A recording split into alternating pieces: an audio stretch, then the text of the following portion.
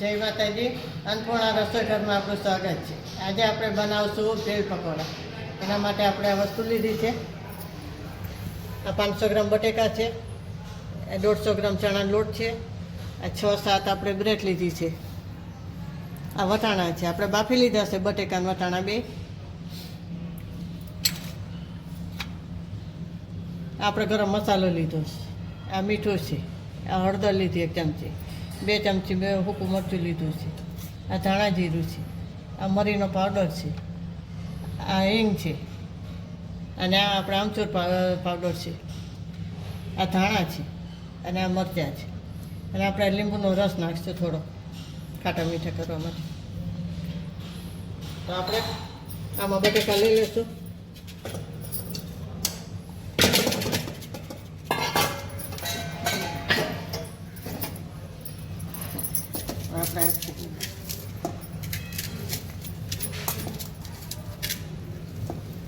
હવે આપણે આમાં મસાલા નાખશું. આ સ્વાદ પ્રમાણે મીઠું નાખશું,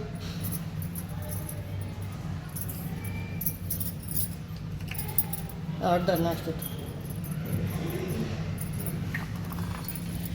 આ લાલ મરચું નાખશું,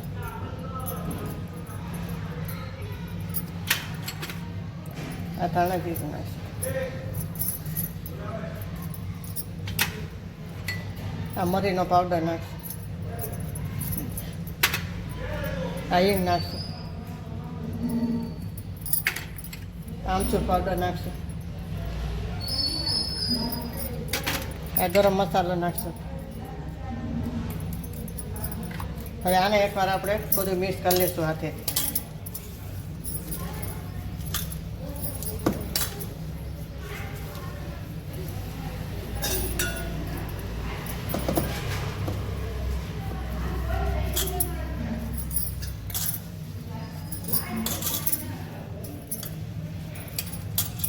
આ ઝીણા કરી નાખવાના.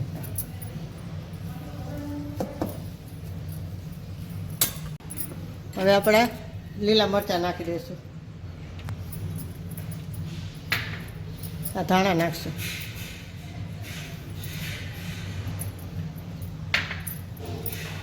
આપણે થોડોક લીંબુનો રસ નાખશું,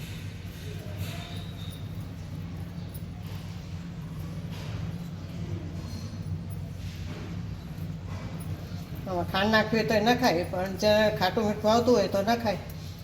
આમાં ગળ્યું ઓછું ભાવે એટલે ખાંડ નથી નાખતા. હવે આપણે મિક્સ થઈ ગયું છે એકદમ.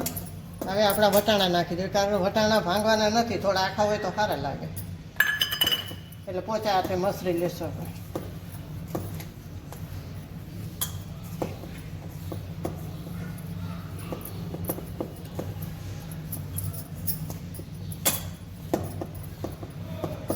હવે આપણા તૈયાર છે. આપણે તેલ મેળ દઈશું. હવે આપણે તેલ મેળશું. તેલ થાય ત્યાં સુધી આપણે ખીરું બનાવી દઈશું.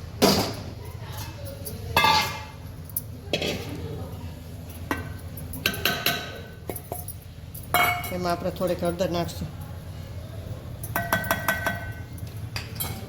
થોડુંક મીઠું નાખશું,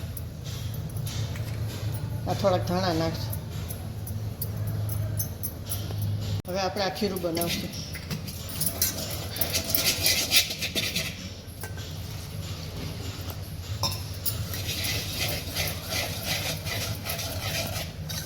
અને ખીરું પાતળું નહીં, જાડું નહીં, એવું રાખવાનું.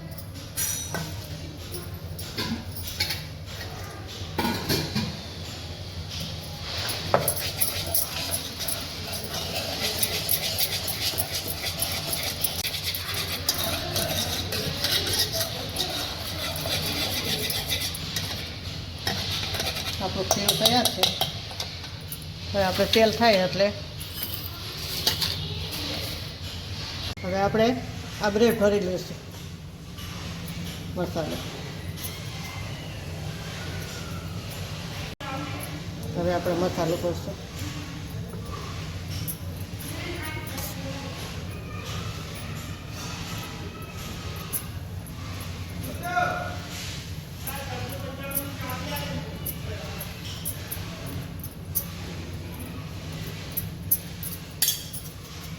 આ પાણી નામ લગાવી દેવાનું. એટલે ઉખડી ના જાય. આમ કરી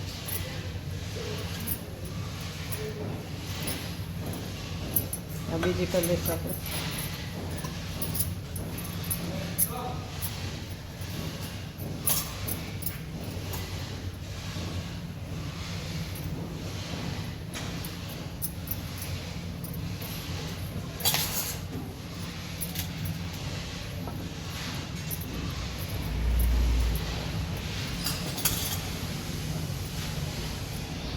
આપણે બીજી બ્રેડ લઈએ. આ બીજી આમ દબાઈ દેવાની. આમ કરીને આપણે બધી બ્રેડ ભરી લઈએ, મસાલો ભરી લેતો.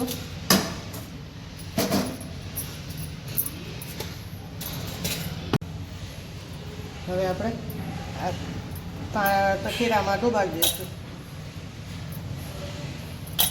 આમ બરાબર ચારેક કોર કરી લેવાની આપણે.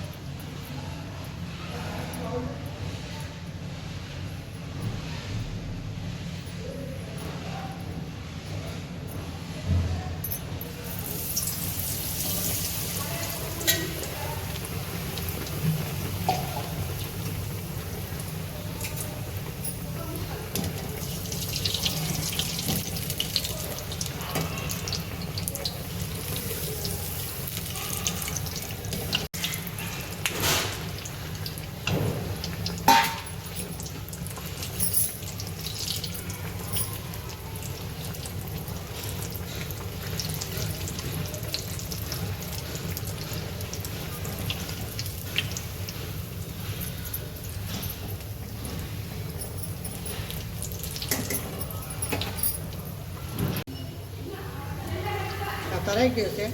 હવે આપણે આમ કાઢી લઈશું.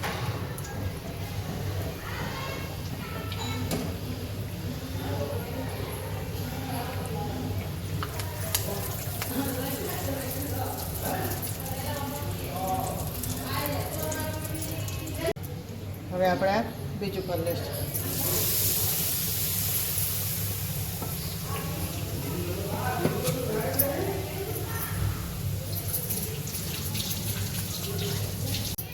આપણા પકોડા થઈ ગયા છે. હવે આપણે સોલ કરશું.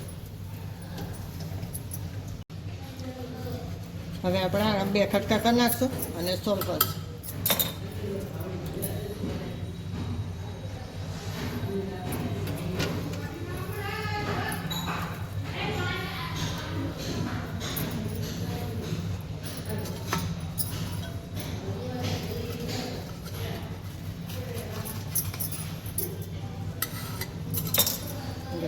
સરસ થઈ ગયા છે.